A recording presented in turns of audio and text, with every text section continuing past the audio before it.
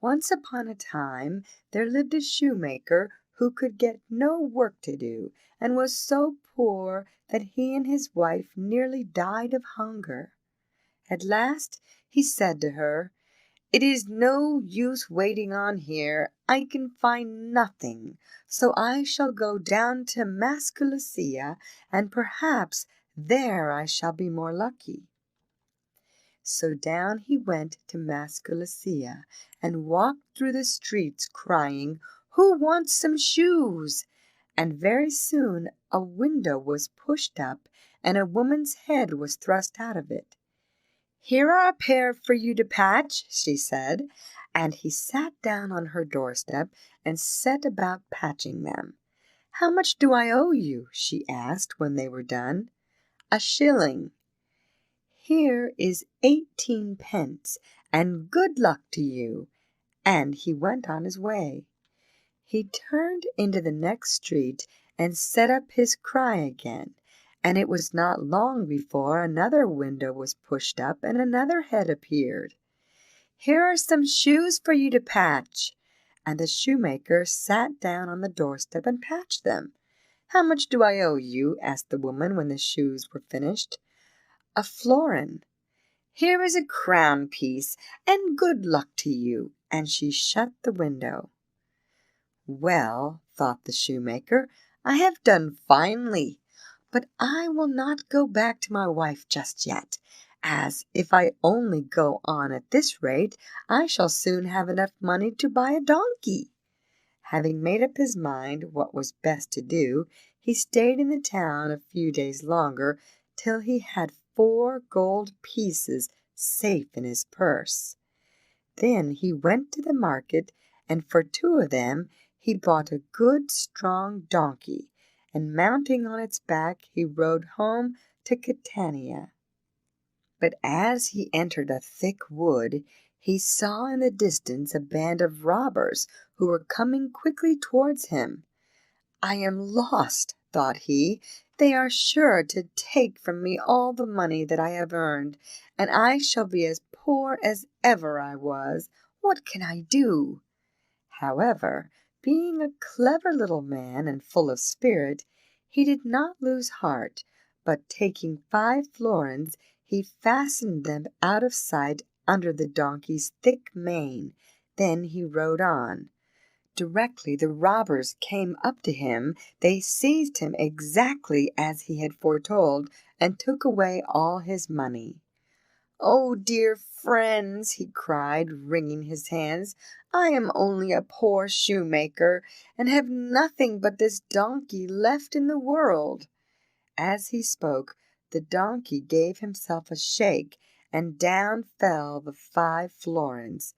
"Where did that come from?" asked the robbers. "Ah," replied the shoemaker, "you have guessed my secret. The donkey is a golden donkey, and supplies me with all my money." "Sell him to us," said the robbers. "We will give you any price you like." The shoemaker at first declared that nothing would induce him to sell him, but at last he agreed to hand him over to the robbers for 50 gold pieces. "But listen to what I tell you," said he. "You must each take it in turn to own him for a night and a day, or else you will all be fighting over the money." With these words they parted, the robbers driving the donkey to their cave in the forest, and the shoemaker returning home, very pleased with the success of his trick. He just stopped on the way to pick up a good dinner, and the next day spent most of his gains in buying a small vineyard. Meanwhile the robbers had arrived at the cave where they lived, and the captain, calling them all round him, announced that it was his right to have the donkey for the first night. His companions agreed, and then he told his wife to put a mattress in the stable. She asked if he had gone out of his mind, but he answered crossly, "What is that to you? Do as you are bid, and tomorrow I will bring you some treasures." Very early the captain awoke and searched the stable, but could find nothing, and guessed that Master Joseph had been making fun of them. "Well," he said to himself, "if I have been taken in, the others shall not come off any better." So when one of his men arrived and asked him eagerly how much money he had got, he answered gaily, "Oh, comrade, if you only knew! But I shall say nothing about it till everyone has had his turn." One after another they all took the donkey, but no money was forthcoming for anybody. At length, when all the band had been tricked, they held a council and resolved to march to the shoemaker's house and punish him well for his cunning. Just as before, the shoemaker saw them a long way off and began to think how he could outwit them again. When he had hit upon a plan, he called his wife and said to her, "Take a bladder and fill it with blood, and bind it round your neck. When the robbers come and demand the money they gave me for the donkey, I shall shout to you and tell you to get it quickly. You must argue with me and decline to obey me, and then I shall plunge my knife into the bladder, and you must fall to the ground as if you were dead. There you must lie till I play on my guitar, then get up and begin to dance." The wife made haste to do as she was bid, and there was no time to lose, for the robbers were drawing very near the house. They entered with a great noise, and overwhelmed the shoemaker with reproaches for having deceived them about the donkey. "The poor beast must have lost its power owing to the change of masters," said he, "but he will not quarrel about it. You shall have back the 50 gold pieces that you gave for him." "Aita," he cried to his wife, "go quickly to the chest upstairs and bring down the money for these gentlemen." "Wait a little," answered she, "I must first bake this fish. It will be spoilt if I leave it now." "Go this instant as you are bid," shouted the shoemaker, stamping as if he was in a great passion. But as she did not stir, he drew his knife and stabbed her in the neck. The blood spurted out freely, and she fell to the ground as if she was dead. "What have you done?" asked the robbers, looking at him in dismay. "The poor woman was doing nothing." "Perhaps I was hasty, but it is easily set right," replied the shoemaker, taking down his guitar and beginning to play. Hardly had he struck the first notes than his wife sat up, then got on her feet and danced. The robbers stared with open mouths, and at last they said, "Master Joseph, you may keep the 50 gold pieces, but tell us what you will take for your guitar, for you must sell it to us." "Oh, that is impossible," replied the shoemaker, "for every time I have a quarrel with my wife, I just strike her dead, and so give vent to my anger. This has become such a habit with me that I don't think I could break myself of it. And, of course, if I got rid of the guitar, I could never bring her back to life again." However, the robbers would not listen to him, and at last he consented to take 40 gold pieces for the guitar. Then they all returned to their cave in the forest, delighted with their new purchase, and longing for a chance of trying its powers. But the captain declared that the first trial belonged to him, and after that the others might have their turn. That evening he called to his wife and said, "What have you got for supper?" "Macaroni," answered she. "Why have you not boiled a fish?" he cried, and stabbed her in the neck so that she fell dead. The captain, who was not in the least angry, seized the guitar and began to play. But let him play as loud as he would, the dead woman never stirred.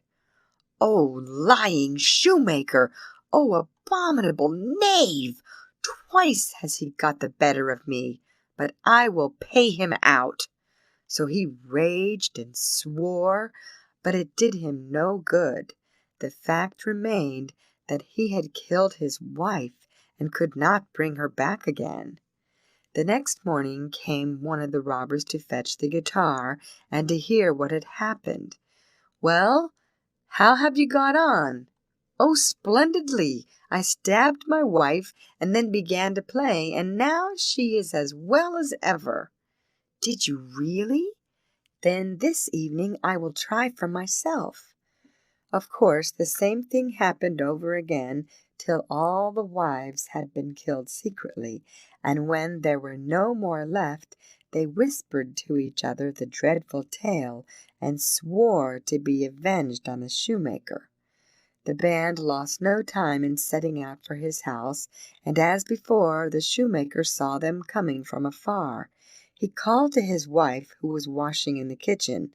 "Listen, Aita, when the robbers come and ask for me, say I have gone to the vineyard. Then tell the dog to call me and chase him from the house." When he had given these directions, he ran out of the back door and hid behind a barrel. A few minutes later the robbers arrived and called loudly for the shoemaker.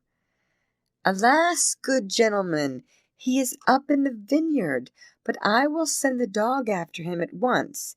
Here, now quickly to the vineyard, and tell your master some gentlemen are here who wish to speak to him. Go as fast as you can." And she opened the door and let the dog out. "You can really trust the dog to call your husband?" asked the robbers. "Dear me, yes. He understands everything, and will always carry any message I give him." The shoemaker came in and said, "Good morning, gentlemen. The dog tells me you wish to speak to me." "Yes, we do," replied the robber. "We have come to speak to you about that guitar. It is your fault that we have murdered all our wives, and though we played as you told us, none of them ever came back to life." "You could not have played properly," said the shoemaker. "It was your own fault."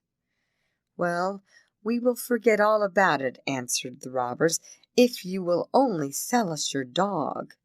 "Oh, that is impossible. I should never get on without him." But the robbers offered him 40 gold pieces, and at last he agreed to let them have the dog.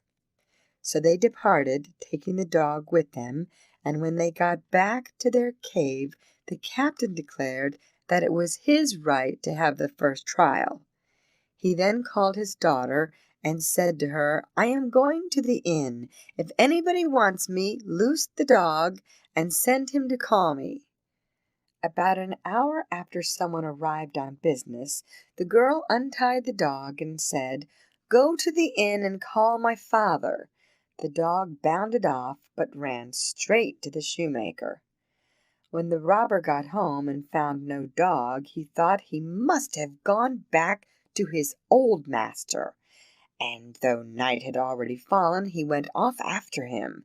"Master Joseph, is the dog here?" asked he. "Ah, yes, the poor beast is so fond of me. You must give him time to get accustomed to new ways." So the captain brought the dog back, and the following morning handed him over to another of the band, just saying that the animal really could do what the shoemaker had said. The second robber carefully kept his own counsel, and fetched the dog secretly back from the shoemaker, and so on through the whole band. At length, when everybody had suffered, they met and told the whole story, and next day they all marched off in fury to the man who had made game of them. After reproaching him with having deceived them, they tied him up in a sack, and told him they were going to throw him into the sea.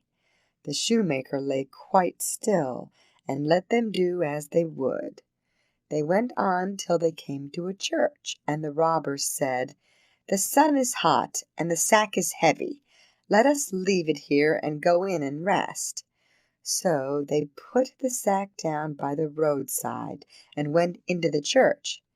Now, on a hill near by, there was a swineherd looking after a great herd of pigs and whistling merrily. When Master Joseph heard him, he cried out as loud as he could, "I won't! I won't, I say!" "What won't you do?" asked the swineherd.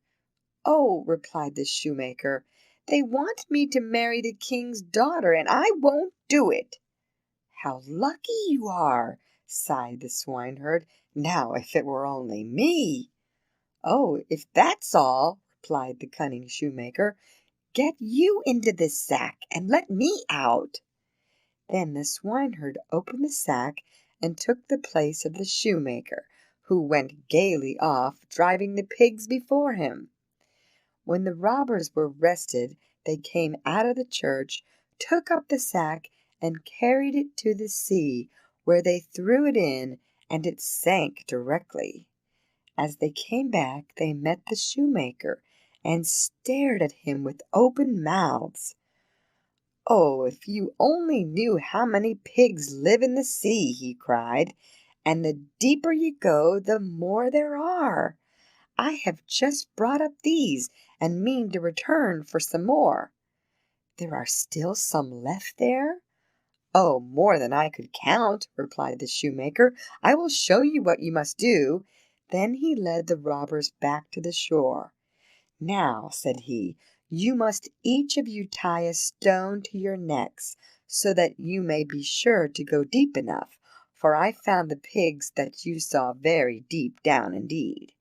Then the robbers all tied stones round their necks and jumped in, and were drowned, and Master Joseph drove his pigs home, and was a rich man to the end of his days.